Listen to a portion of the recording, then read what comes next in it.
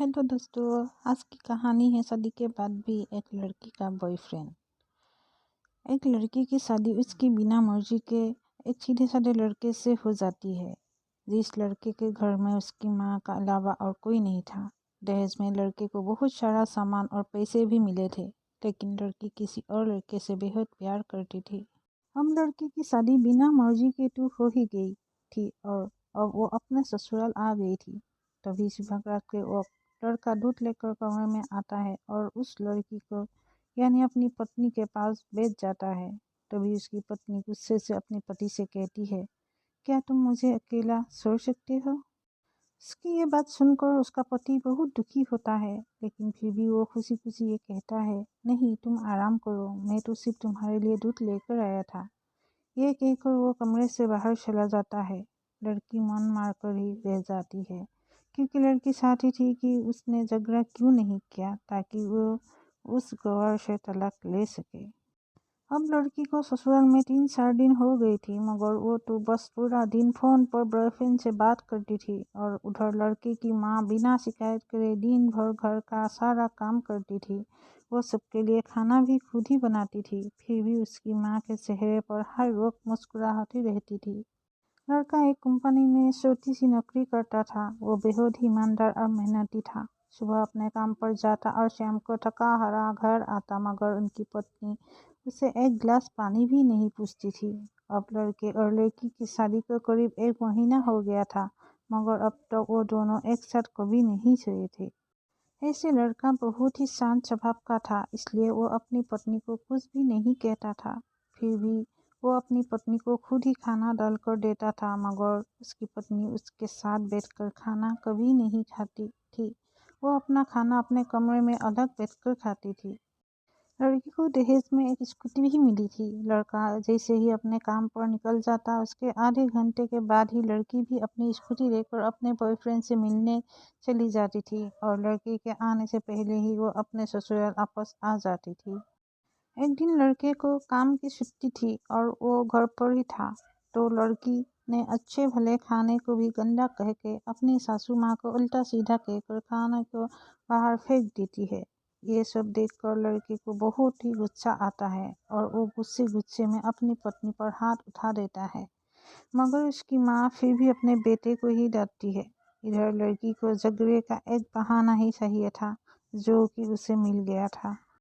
तभी वो बिना बोले अपनी स्कूटी लेकर अपने बॉयफ्रेंड के पास चली जाती है और अपने बॉयफ्रेंड के पास जाकर कहती है कि अब एक पल भी मुझे उस घर में नहीं रहना। आज उस गवार ने मुझ पर हाथ उठाकर अच्छा नहीं किया। तभी उसका बॉयफ्रेंड कहता है, अरे तुमसे तो मैं कब से कहता हूँ कि तुम भाग चलो मेरे साथ कहीं दूर, मगर तुम हो कि आजकल यही लगी रहती हो। तब लड़की कहती है कि शादी के दिन मैं तुम्हारे पास आई थी तो तुम ही ने तो वापस घर लौटाया था मुझे। बॉयफ्रेंड ने कहा, खाली हाथ हम दोनों कहाँ तक भागेंगे, तुम ही बोलो। मैंने तुमसे कहा था कि कुछ पैसे और गहने साथ ले लो, और तुम हो कि खाली हाथ ही मेरे पास आ गई थी। आखिर दूर एक नई जगह में जिंदगी की शुरुआत करने के लिए पैसे तो चाहिए ना। और हाँ, एक बात और, जब भी मैं तुम्हारे पास आता हूँ और तुम्हें सुनना चाहता हूँ, तभी तुम्हारे नखरे हो जाते हैं और बस यही कहती रहती हो कि ये प्यार प्रेम शादी के बाद ही होगा। तभी लड़की गुस्सा होकर कहती है, हाँ शादी के बाद ही अच्छा होता है ये सब, और मैं तुम्हारी ही तो हूँ। मैं आज भी एक कुंवारी लड़की हूँ और शादी करके भी आज तक उस गवार के साथ एक रात भी नहीं सोई मैं, क्योंकि मैंने तुमसे ही प्यार किया है। और अब मैं चाहती हूँ कि तुम मुझसे शादी करके मेरी मांग में अपने हाथ से सिंदूर भर दो, फिर मैं पूरी ही तुम्हारी हो जाऊंगी और फिर तुम मुझे अपनी मर्जी से दिन रात प्यार कर सकते हो। तो उसका बॉयफ्रेंड कहता है, तो ठीक है, मैं तुमसे शादी कर लूँगा, मगर तुम कम से कम 5 लाख रुपये का कल शाम तक इंतजाम कर लेना। मैं तुम्हें एक होटल का पता दे रहा हूँ, तुम उस होटल में रात को 10 बजे तक पहुँच जाना। लड़की कहती है, उस गवार के पास कहाँ होगा पैसा, बल्कि मेरे पापा ने उसे दहेज में 3 लाख रुपये और मुझे कुछ सोने के गहने दिए थे। गहने तो मेरे पास है, मगर सारे पैसे उस गवार ने अलमारी में लग कर रखे हैं, मगर मैं जैसे तैसे अलमारी की चाबी लेकर सारे पैसे निकाल कर तुम्हारे पास हमेशा हमेशा के लिए आ जाऊंगी। ये कहकर वो लड़की अपने ससुराल पहुंचती है। लड़की ससुराल पहुंचकर अपने पति और सास से लड़ाई करती है और वो उन पर खूब चिल्लाती है। मगर अफसोस वो अकेले ही चिल्लाती रहती है। उसका पति और उसकी सास बिल्कुल शांत रहते हैं। तभी लड़की अपने कमरे में चली जाती है और अचानक उसके बॉयफ्रेंड का लड़की को फोन पर मैसेज आता है कि कब आ रहे हो पैसे लेकर। लड़की मैसेज का जवाब देती है, सब्र करो, मैं वक्त पर आ जाऊंगी। उसका पति दरवाजा खटखटाता है और अपनी पत्नी से कहता है कि खाना खा लो। तभी पत्नी कहती है, मैं खाना तभी खाऊंगी, पहले मुझे अलमारी की चाबी दे दो। पति दरवाजे के नीचे से चाबी देकर कहता है, ये लो, अपना काम करके खाना खा लेना, क्योंकि अभी तक मैंने और माँ ने भी खाना नहीं खाया। माँ ने कहा है हम आज साथ बैठकर ही खाना खाएंगे। लड़की कहती है, माँ और तुम खाना खा लो, मैं बाहर से खाना खाकर आई हूँ। ये सुनकर लड़का चला जाता है। तभी लड़की जल्दी से चाबी को उठाकर अलमारी खोलती है।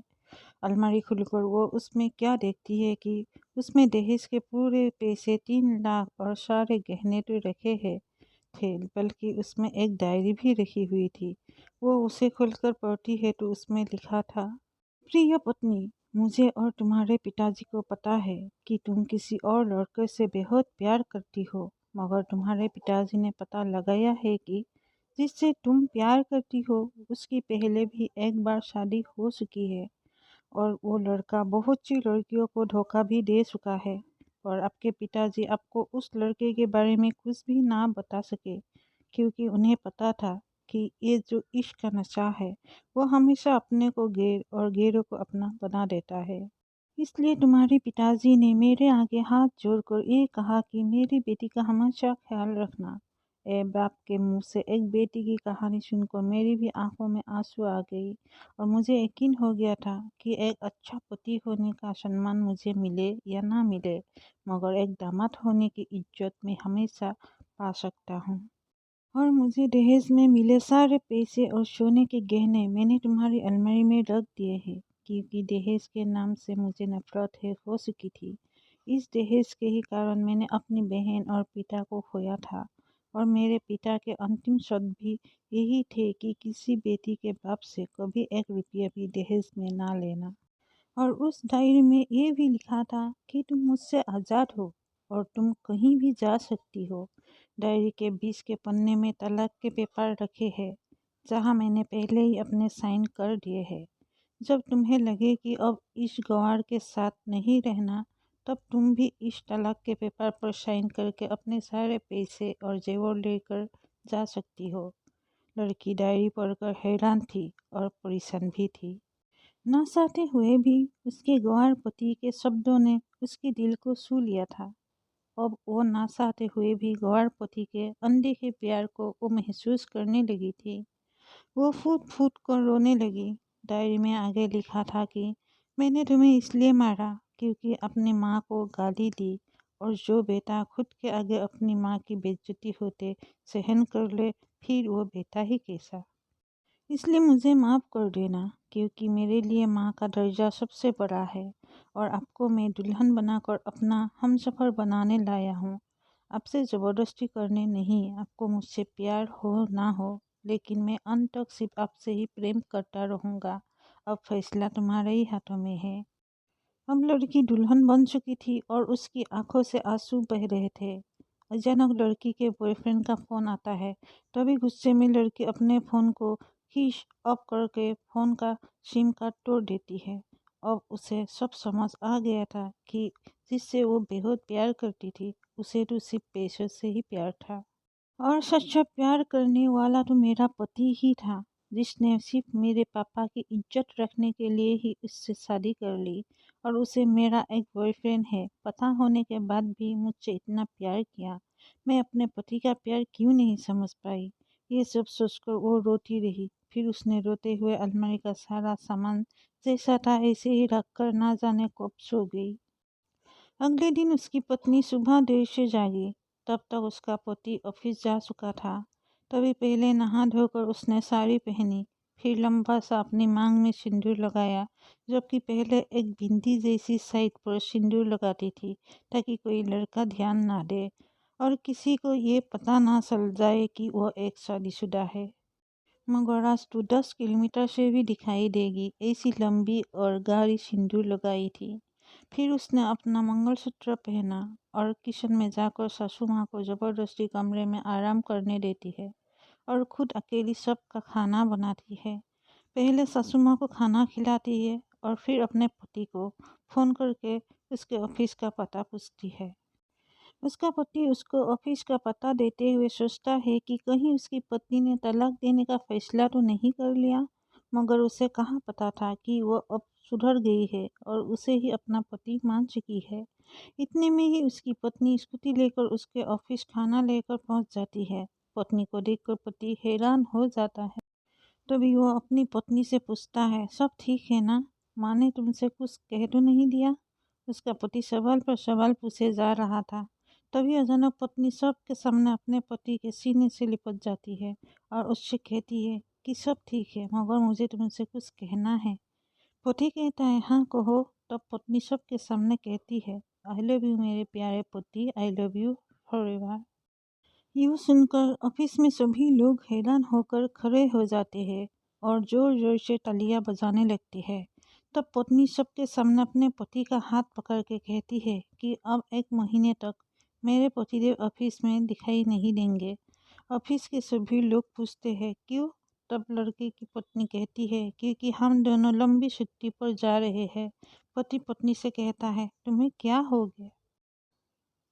तभी पत्नी पति से कहती है, मुझे तुमसे सच्चा प्यार हो गया। ये कहकर वो उसके सीने से दोबारा इस तरह लिपट जाती है जहाँ से वो अपने गंवार पति से कभी भी जुदा ना हो पाए। तभी उसका पति भी बहुत खुश हो जाती है और फिर वो दोनों अपने घर चले जाते हैं और खुशी खुशी अपना जीवन बिताते हैं और हमेशा खुश रहते हैं। तो दोस्तों, प्यार हमेशा उससे करना चाहिए जो आपसे प्यार करता हो और साथ ही आपकी और आपके परिवार की इज्जत भी करता हो। पैसों से प्यार करने वाला इंसान कभी आपसे प्यार नहीं कर सकता दोस्तों। अगर आप लोगों को मेरी ये कहानी अच्छी लगी तो प्लीज़ आप लोग मेरे चैनल को सब्सक्राइब कीजिए, लाइक कर दीजिए और बाजू के बेल आइकन को प्रेस कर दीजिए। और आप लोग मुझे कमेंट कीजिए कि मेरी ये कहानी कैसे लगी, तब मुझे पता चलेगी, क्योंकि मैं नई नई यूट्यूब में काम कर रही हूँ।